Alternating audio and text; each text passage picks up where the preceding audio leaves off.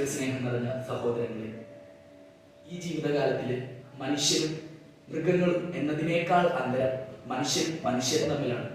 അങ്ങനെയുള്ള ഒരു ജീവിതത്തിലാണ് നമ്മൾ ദൈവഹിതത്തിന് വേണ്ടി പ്രാർത്ഥിക്കുന്നതും പ്രവർത്തിക്കുന്നതും. നമ്മളുടെ പ്രാർത്ഥനകൾ പലപ്പോഴും സ്വാർത്ഥ കാര്യങ്ങൾക്ക് വേണ്ടി മാത്രമായി പോകുന്നു. അതുകൊണ്ട് മാത്രമാണ് നമ്മളുടെ പ്രാർത്ഥനകൾ ദൈവത്തിങ്കൽ സ്വീകാര്യമാകാത്തത്. എങ്ങനെയാണ് നമ്മുടെ പ്രാർത്ഥനകൾ ദൈവത്തിങ്കൽ സ്വീകാര്യമാകുന്നത്?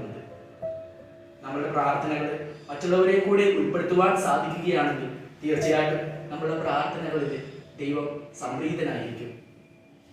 നമ്മൾക്കറിയാം, ഒരു മരം വളരണമെങ്കിൽ അതിന് വെള്ളവും വളവും അത്യാവശ്യമാണ്.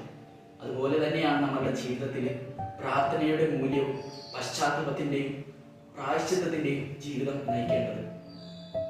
നമ്മളുടെ ജീവിതം ഏത് തിരഞ്ഞെടുക്കണമെന്ന് ദൈവം തീർച്ചയായിട്ടും നമുക്ക് വിട്ടു തന്നിരിക്കുകയാണ്.